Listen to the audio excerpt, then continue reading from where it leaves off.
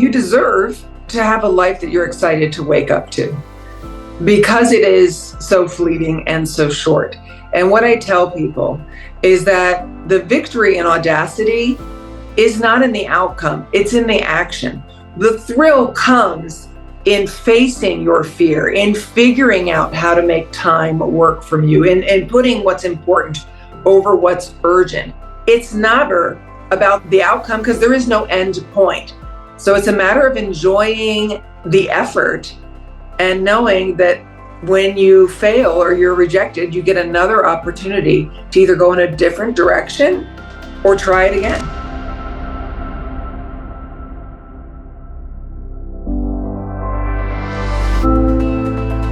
Hi, I'm Blake Schofield, founder and CEO of The Bridge to Fulfillment.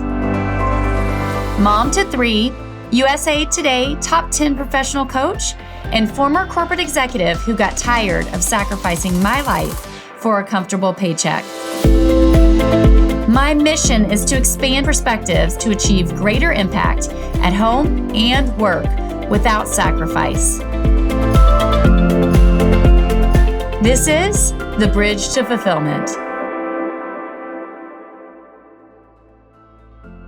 This week on The Bridge to Fulfillment, I am interviewing Anne-Marie Anderson. She is a 3-time Emmy Award-winning broadcaster, keynote speaker, and author. As she walked through ESPN's doors fresh out of college, Anne-Marie embarked on a career that led her into the boardrooms and locker rooms of some of the most successful franchises in sports. Utilizing the methods observed through behind closed doors coverage of high-performing coaches, athletes, and executives, Anderson applied their penchant for taking bold, sometimes surprising risks to her own personal and professional life. The knowledge and experience she gained through making one surprising career move after another led her to become one of the most experienced female play-by-play announcers in the country. In Cultivating Audacity, Anne-Marie shares the system she developed to find the courage to confront her hesitation and break down barriers that stood between her and the life she wanted.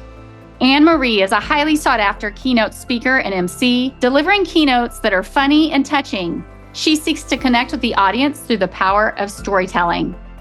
On today's episode, I'm really excited to dive into both her personal and professional changes and how she went from a lot of fear and doubt into learning how to cultivate audacity and create the career and life she dreamed of. Anne-Marie's story continues to echo what I share, which is this is possible for anyone and everyone. And I hope that she inspires you today to take one step forward towards the life that you want. Welcome, Anne-Marie. We're so excited to have you here on The Bridge to Fulfillment. Thank you for having me. I'm excited for our conversation, Blake. Me too. So with that, let's dive in. You have a very fascinating story about how you got to where you are today. I'd love to just turn it over to you to share a little bit about your journey and how did you end up where you are today and being able to share the lessons of your life. Sure. Thanks. Well, my career started at ESPN when I was 21 years old. I've been in sports broadcasting now for 35 years. I still work for ESPN and a variety of other networks, and I love it. I've never had a day that I haven't wanted to go to work. But I've had plenty of days where I wanted to change a little bit of my work, something that I was doing or something in my life. And I learned after a while that I could make those changes happen if I really leaned into some of my crutches and was willing to take some risks and accept the outcomes. And that is where Cultivating Audacity, which is my new book, that's where that was born, was being able to kind of grow the willingness to take risks rather than just being born with it. Because I very definitely was not born as a risk taker. I love that. Neither was I, not born as a risk taker at all. Most people are not. It's been interesting for me to learn that. In fact, if I can share that the subtitle of the book is Dismantle Doubt and Let Yourself Win. But originally it was Dismantle Doubt, how to dismantle doubt and take bold risks. And people freaked out at the word risk when my publisher tested it. Like, people don't even like the word risk, much less, being born with that kind of penchant. I think this is such a fascinating topic, and I want to dive into a little bit of the doubt and the challenges that you ran into, because I think it's important to be able to see where we've been to help understand where we can go. Sometimes when we talk about the end state, I think what often happens is this belief system, maybe that person's just special and I can't be like that. I've been through massive transformation in my life in the last 7 years, and it sounds like you've had a number of transformations in yours as well. And often what I hear from people is, words like you're a warrior and you're so brave. I wish that I had the confidence and the ability to do the things that you do.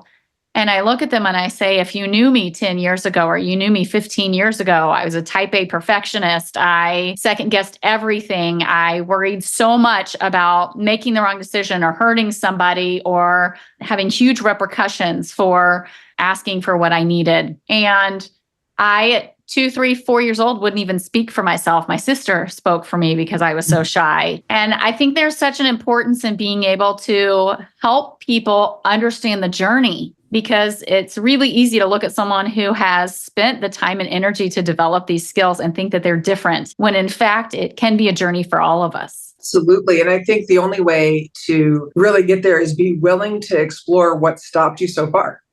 And what I've found through all my interviews and the coaching and the keynotes that I do is that it usually fits into one of 4 buckets. Whatever it is, the barrier that's stopping you from doing, as I always call it, the thing, whatever the thing is you wanted to do. And it could be a professional thing, it could be personal, it could be relationships, but it usually comes down to either fear, time, money, or your inner critic. It almost always fits into one of those categories. So when you're willing to poke around a little bit and find out kind of where your barriers are and what it is that's holding you back, then you can work with them. I always tell people, don't expect to eliminate your barriers. You're never going to conquer fear or, own time, but you can learn to manage it and work with it once you're aware of how it's affecting you. How did, you obviously are in a very visible role in your profession. I imagine that comes with a lot of judgment or perspective about how you should approach things and what that should look like. And it sounds like very early on, you started to see areas that maybe felt misaligned with who you were authentically or how you wanted to approach things. What were some of those things you initially saw as like, I wish this could be different, and you had doubts or uncertainty about whether you could change them? Look, Blake, fear was my biggest barrier. And I still have, of course, fear. I just have it as a passenger and not a driver in my life. But fear is the thing. I was at ESPN as a producer originally, and I was there a full 10 years before I told anybody that I wanted to be in front of the camera. I was just too afraid to say it. I was afraid what people would think by me even saying it. Oh, she's vain. She's full of herself. Who does she think she is? She's not going to be good. All of those imaginations that were going to come. And so fear held me back from even voicing it for a decade.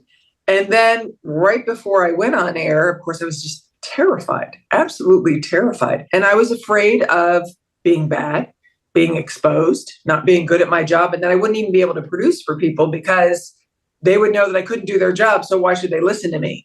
I was afraid of being judged, embarrassed. And what I found is after I went on air that first time, which was absolutely paralyzing, all those things were true. I was bad. I was exposed at being bad. I was judged. I was embarrassed, and I survived. And I always tell people audacity is in the action, not in the outcome. Because after that, I was not going to let fear control me. The next week, I was assigned another game. I was a college football sideline reporter. So I got back up again. And I always tell people the only thing that was better about the second week is that it wasn't the first time. I was just as nervous and everything else. But you take a little bit of data from what, we used to call failures. I don't have any failures anymore. It's all just information, and apply that and get a little bit better. But I think we're also afraid of the outcome as if we won't survive it. You'll survive it. And then you move on and you lessen the fear. I say you got to make friends with fear. And that's what I did. I didn't push it away. I said, okay, you're going to be there, and here's how we're going to do this. And you are not a decision maker. 10 years it took you to voice what you wanted. What happened that pushed you over the edge to say, okay, I can't keep sitting on this. I actually need to ask and voice what it is that I really want to do? Because I always find there's some tipping point in every one of these big shifts in our lives. Oh, you're so completely right. It was massive. Honestly, when I was in college, I was an intern at a local television station for a really nice sports anchor named Peter Rogot. And I started at ESPN at 21. And about 2 years after I started, Peter got his dream job as a sports center anchor, moving from Denver to Bristol, Connecticut. And Peter was awesome, just a nice man at 37 years old, newly married. He and his wife were super fit. And now he's starting his dream job. Like, good things happen to good people. And on Peter's 6th day in the office, he came in and went back to his desk. And someone came running around the corner and saying, does anybody know CPR? Does anybody know CPR? And I did. And my roommate did. And we ran around the corner. And I expected to find anybody other than Peter laying there. And despite our best efforts, full CPR, and Peter passed away.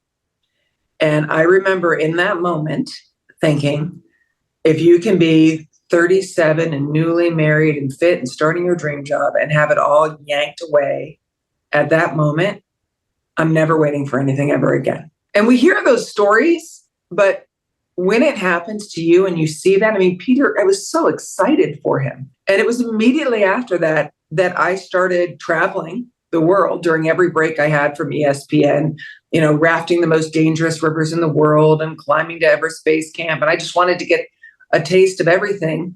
And I also started asking for more, asking for bigger and better assignments.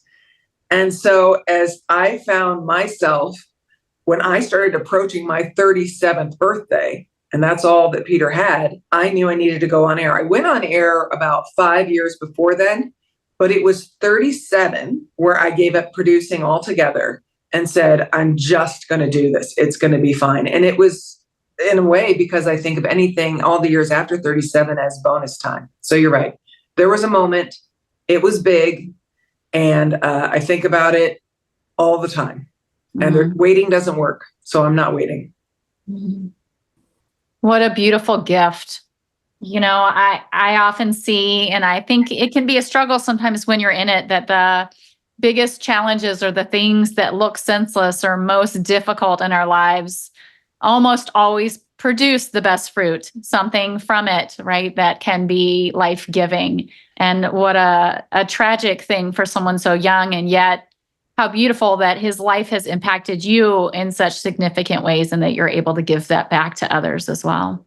Yeah, I feel very lucky. His family has been wonderful about letting me share the story.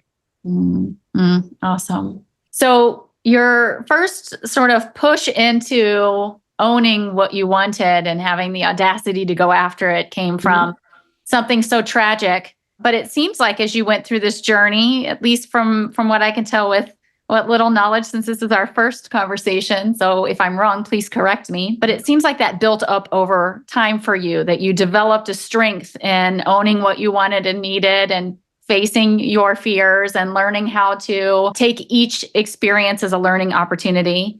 And then that built into some things that for you personally were much more significant in terms of having to make some changes. Is that the case? And how did you move from claiming audacity in your career and going through that to really being able to see some places in your life that you needed to make some changes that were right for you? Yeah, it's about practice. I mean, I always say that there's 3 components to audacity. And the definition of audacity, by the way, is the willingness to take bold risks. That's the definition. And I think sometimes in this country, we have a negative connotation. My sister-in-law is from Argentina, and she said audacity's fully positive in our country, like, yay, the audacity of you. So sometimes it's in that reframing. But audacity is 3 components. It's either a mindset, right, that you start with, which honestly, Blake, is just optimism, right? There's the mindset that things are going to work out. They may not work out the way you want, but that you'll be okay. That's just the simple mindset that nothing's going to crush you. And then it becomes an action, an audacious action, right? Requires you to make some kind of move. Because I always say you can sit on your mother's couch in her basement and be optimistic all day long and nothing's going to happen until you take some action, whatever it is, however small it is. It's saying no, it's saving, it's making a new decision, getting out of a relationship, whatever it is. And when you combine those two things, the optimism to know that you'll be okay and the action to change or to do something different, when you combine them consistently, that's when you get an audacious identity. And that's when you move from like, what is Blake doing? To that's Blake. She just shoots for the fences. And so more and more areas that I began to take bold risks, ask for what I wanted, say no to things, gave me insight as to how much control I have over exactly how I want my life to look, days and nights. It was easier to create once I started practicing it. Mm-hmm. I find as we start to come more and more into our authenticity and alignment with building and living the lives that we want, that sometimes that comes with hard challenges, places where friends or family may have discomfort with that level of audacity and making different choices and the ways of which you choose to shift your life. Did you come across any of that? And if so, what did you learn through that journey that you would give advice to others on?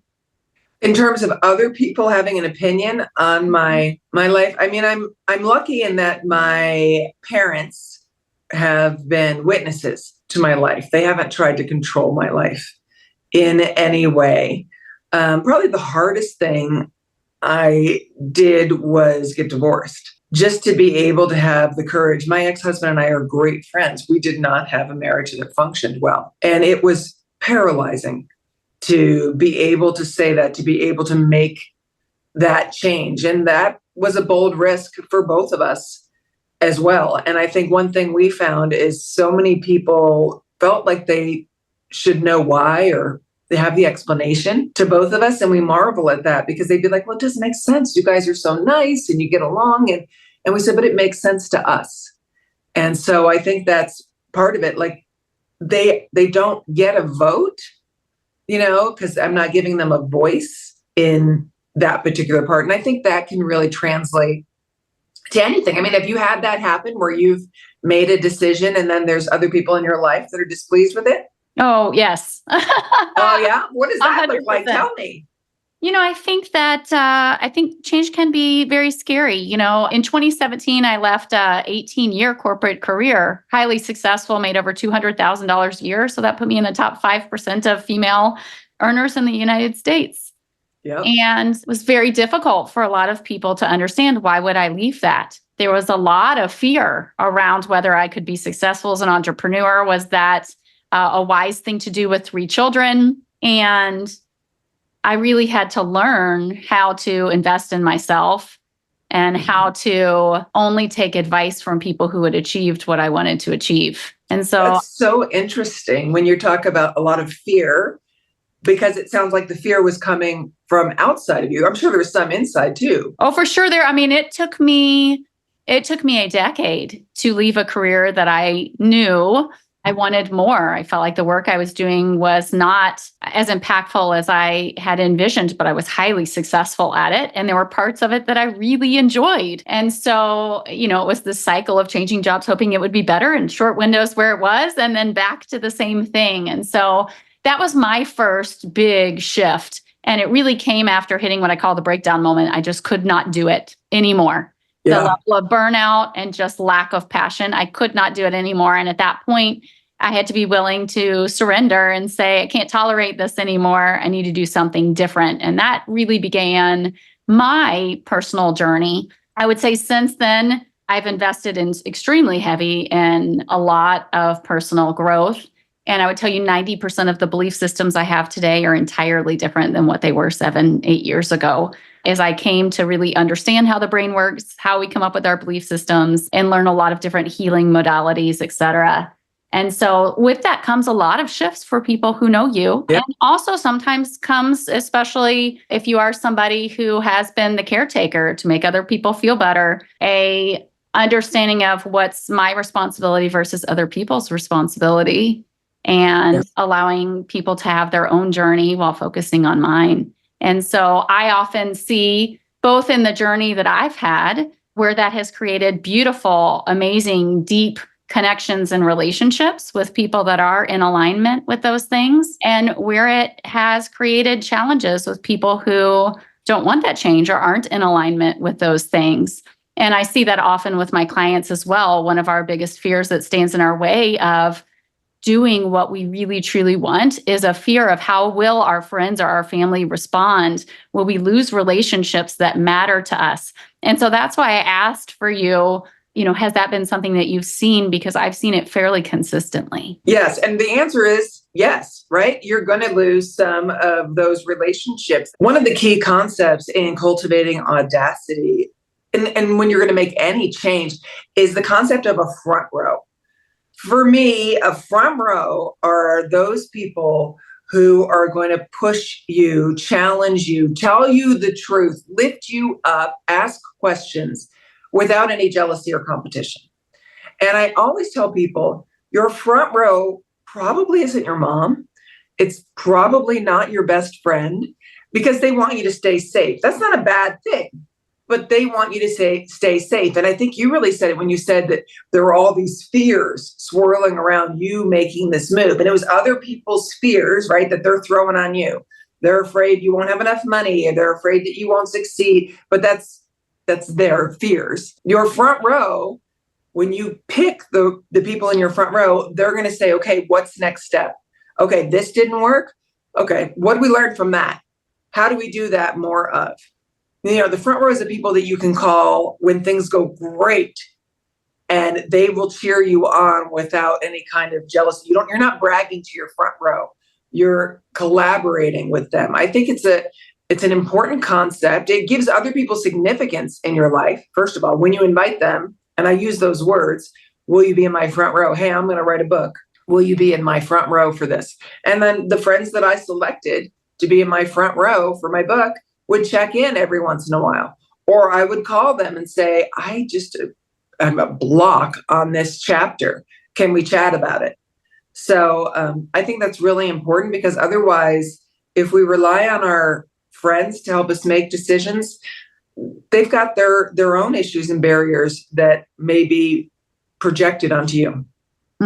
This is such a powerful concept. I'd love to share a little bit about my experience, because I developed something similar actually when I was in corporate, and then as an entrepreneur, and then have some dialogue around it, because I always think there's such value to learn in how people apply these things similarly and differently. So when I went to Target Corporation, I was about 10 years into my career, and it was the first organization I was in that was very leadership driven. And it became very clear to me that to move up into the organization, I needed to have a strong network and a strong reputation. And I ended up building what I called my board of directors. I love it.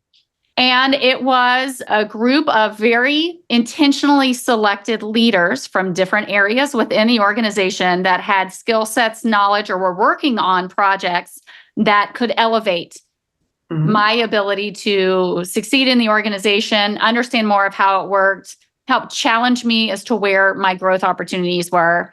And I spent 5.5 years at Target, and it was the largest amount of personal growth I ever had inside an organization in corporate as a result of that concept. And so I share that because there may be some people listening who are sitting inside a corporate environment. And I want to dovetail that your front row can be inside your organization. Absolutely. Or it can also be, personal. As an entrepreneur, I took that same concept and then started to look for people who had skill sets or had accomplished things I wanted to accomplish. To your point, growth-oriented, people that, in fact, oftentimes thought my dreams or desires were small and would challenge me to see the world differently, open doors for me. And I think this concept that you're talking about, well, I learned to do it in corporate, and then I ended up doing it somewhat, to be honest, survival, growth, et cetera, as an entrepreneur, I see so lacking in most people's lives. And what I often see with high achievers is this flattening of growth within their career, where they start to say, is this all that there is? And, do I just have to sacrifice or just live life like this? And I often think that's because they don't have anyone in their front row, because they're surrounded by people who maybe don't have as big of a dream or don't have a bigger vision for their life. And if they don't have those people in that community, it's very challenging to create that type of growth. To me, willingness, courage, audacity often can help be supplemented in community. And so that's my experience and how I approached it, that I think, like I said, is a beautiful symmetry to yours. Yeah, I love that. And you're right. Within your community, the Surgeon General has now talked about a loneliness epidemic in our country. I feel that a lot of it is because we don't need as much connection to get tasks done as we did, right? You can have groceries delivered, you can have meals delivered to your house, you can work from home, you can ask ChatGPT for ideas. So when we have this connection, when you are putting somebody in your board of directors, as you say, or a front row, as I say, there is a significance that you are letting them know that they play in your lives. They have value to you, and hopefully you bring value to them. Well, that helps with that social connection as well. And so when you're a leader and you're flatlining, as you talked about, do you have other people, to your point, that have the dreams and ambitions who will tell you the truth? And maybe if you're a leader in a company, they're in there. Maybe it's somebody in another corporation. Maybe it's somebody who's where you want to go and you don't know them well, but you call and ask them if, you can have a few minutes to figure out some things because you want to do this. The big problem, I think, for a lot of people is just what I had. They don't want to put a voice to it. They're afraid to say aloud what it is they want. I often give commencement speeches. And when I'm speaking to new students, sometimes I'll ask, what do you want to do with your life? That's what people are going to ask you right now. So go ahead, just shout it out. What do you want to do with your life? And they will start yelling, accountant, YouTuber, doctor, lawyer, whatever. And I'll stop them and I'll say, I asked you what you wanted to do with your life, and you gave me a bunch of jobs. Is that what you want to do? Is work all the time? And so when you have a front row, you can talk with them about your life, the days and nights, what's important to you, your values, your vision, and work on completing your entire life, not just your career. Mm-hmm. I love that. And I think often high achievers get focused on the vision for their career at the complete detriment of their life until they get to a place where it's no longer working. Right. And to be honest, I think our culture modeled that for generation after generation, but we are in such a different time and place in society, to your point, where we can accomplish things with speed and ease and in ways we never could. I think there's such power in that. I was listening to an excerpt, I think actually from the interview that Oprah had with the Surgeon General, and he was talking about it's not the quantity of our relationships, it's the quality that really indicates whether you will be lonely or not. Right. I saw separately another statistic that was talking about actually how we used to meet our partners in relationships and how much that had shifted in 60 years. It used to be almost all friends and family, and now it was 60% of people meet their partners online. Yes, I saw that. Just the numbers changing. Yeah. It's shocking. And then you look at the globalization of our society, and I think today we have more opportunities to connect with like-minded people than we ever have. Yes. And yet, I think in so many ways, we're not taking advantage of that. And so I think a beautiful thing to challenge for whoever's, if anyone's listening and thinking, man, I really need a front row or a board of directors, and I don't feel like I have a lot of those people in my life, I would tell you that was probably one of the greatest gifts that I've had, is seeking those people out. Mm-hmm. It's an interesting thing when you have a very tight circle that you grow up with, and that becomes your group of people that are counseling you on where you go. And I think that's what most people do. I'm going to my mom, I'm going to my best friend, I'm going to XYZ. And these people haven't experienced what you're trying to do. What often I see happen is a lot of high achievers feeling like their family or friends don't understand them. And they don't feel deeply seen, heard, and understood. And as a result of that, can often get stuck or create a lot of internal the mind just going over and over and over again and feeling unable to really move forward. And for me, when I really began to expand my circle, when I began to find people that shared the values of growth and achieving things and impact, it gave me a contrast that I had never experienced. Because if we don't get that contrast, what we see, we believe is the entirety of life.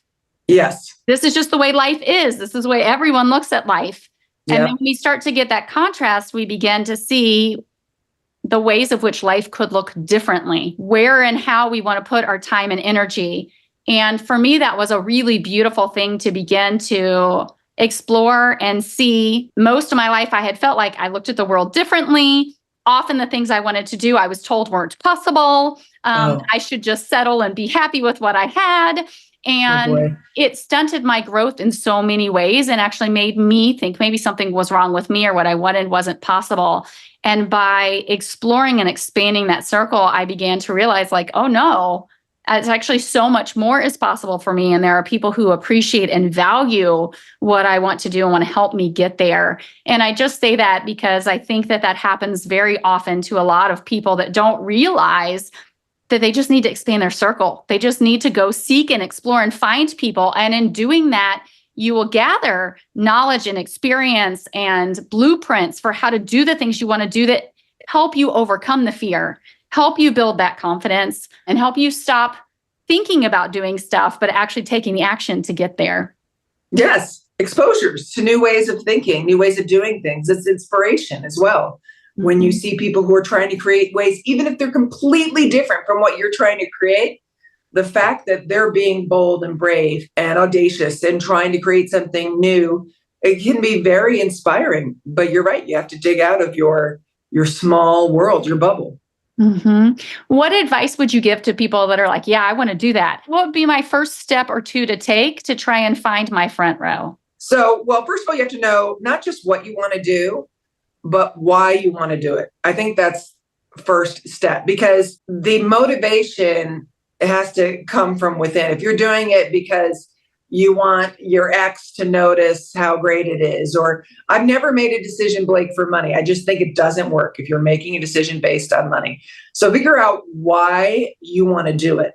And that will start to lead you, again, with your values and vision about what's important to you, towards seeing those people who align with those things that you want to do. And then I think it's absolutely crucial that when you find somebody, and it doesn't have to be a lot of people, but that you absolutely ask them. I use the words front row. There's several different front rows. I have a fitness front row, and my friends will start calling and texting me if I'm not showing up to work out. I've got a professional front row. I've got a front row of people I first talked to about my relationship. You can have many different front rows, and they can be tiny. They can be 2 people. They can be 3 people.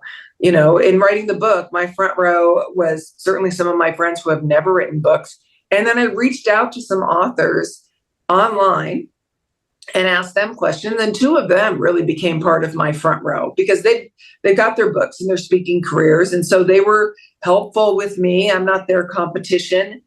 And so really look for somebody who is going where you want to go or is already where you want to be, and try to see what you can learn from them. Awesome. I love that. You talk about the importance of the front row in terms of these people that have that importance in your life. There's also an element of truth telling. And with that element of truth telling, and I love that you say this because this is really true. We need people to tell us the truth in life. Yes. To get out of our own way in many cases. But with that often means being willing to be vulnerable and share the hard truth or share what you're experiencing. I've often found that this, for most of us, is often a journey, that many of us aren't taught how to be vulnerable. Many of us don't feel safe in sharing our feelings. What did you learn through that journey, or what advice would you give people about how to cultivate or build that in a way that feels safe? Right. Well, first of all, we make mistakes. So when you make a mistake and somebody's in your front row and or you think you're in your front row, and you find that they're not really rooting for you in the way, it's okay to extract them from your front row. You just let them fall off. I think, you'll know in your gut, right, intention-wise, when somebody's giving you a hard truth, what their intention is. Is it to hurt you or is it to make you better? How much can you be open to that and asking questions about it? I think that there is, again, it comes back to fear. We're afraid to be vulnerable. We're afraid to do this. But when you are investing somebody in your front row, giving them the significance of like, I need your support to do this because I am afraid or worried or concerned or unsure, whatever it is, that's a wonderful way to begin building your front row. And the intimacy will follow in micro moments. It's like any kind of a relationship. You can't rush the intimacy. Usually, hopefully, your front row also wants to do big things themselves. And so there is an exchange of information, an exchange of ideas, that can inspire some more vulnerability. Thank you. Obviously, anytime you write a book, it is a significant labor of love, which tells me that this book came from strong intention, that you really felt like through your journey and your experience, it was important to share the message. So if you had to sum it up in just a couple of sentences, the message that you wish you could give the world around this and where you feel like people really need to hear to create a life where they feel more passionate and excited about the life they're leading, what would you say? Yeah, well, you deserve to have a life that you're excited to wake up to because it is so fleeting and so short. And what I tell people is that the victory in audacity is not in the outcome, it's in the action. The thrill comes in facing your fear, in figuring out how to make time work from you, and putting what's important over what's urgent. It's the action of it that is the audacity and the juice of life. It's never about the outcome because there is no end point. So it's a matter of enjoying the effort and knowing that when you fail or you're rejected, you get another opportunity to either go in a different direction or try it again. You mentioned as you were going through the book that some of the feedback that you got is that the American public doesn't really like the word risk. Yeah. I find that to be true. And I also believe we sit in a time and place in our society, especially with AI and what's coming, that we will be dealing with more uncertainty than we ever have. Our children will be doing things from a career standpoint, and those jobs probably don't even exist right now. Yeah. I found as I have stepped into really developing myself, using my gifts and skills to make a bigger impact, that it's had unexpected positive consequences on my family, my children, other people I hadn't even expected. And I'm interested to hear from your standpoint. Have you seen that? And if so, what has been one of the biggest positive wins that came from you owning your life and you going after what you wanted? Well, like you, I'm a mother of three. And so there's my audience, right? I mean, the whole world, but my kids are my audience. And when I see them, I wish you could see in my office, I was inspired by my daughter when she was 6, and she has this beautiful, long, curly hair, and she wanted to cut it all off. And I said, okay, your body, your choice. She cut her hair off and donated it. And her father was a little, upset with that. And I said, why'd you decide, or he was saying to her, like, why'd you decide to cut your hair? And she said, at 6 years old, most girls that she knew have long hair.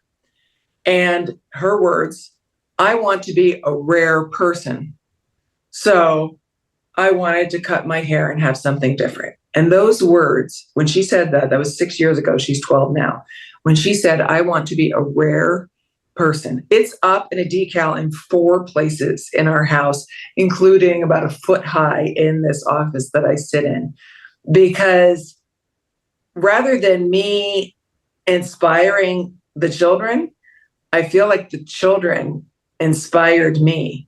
And it's my obligation as her parent and as my son's parent to be able to say, there's no limits. They have seen me cry. They have seen me falter. They have seen me be rejected. And they have seen me, that's television. They have seen me get up and try again and turn no into not yet.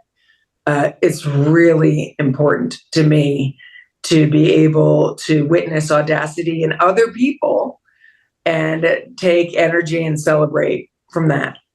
I love that so much. A huge part of why I started this podcast 5 years ago was the understanding that the more stories we hear from people, the more we begin to realize it's possible for us. Yes. Right? You get out of the bubble of your experience and begin to see all of the ways of which we can create success on our own terms. And through that, I've often heard, and I know I personally experienced a lot of concern about being selfish.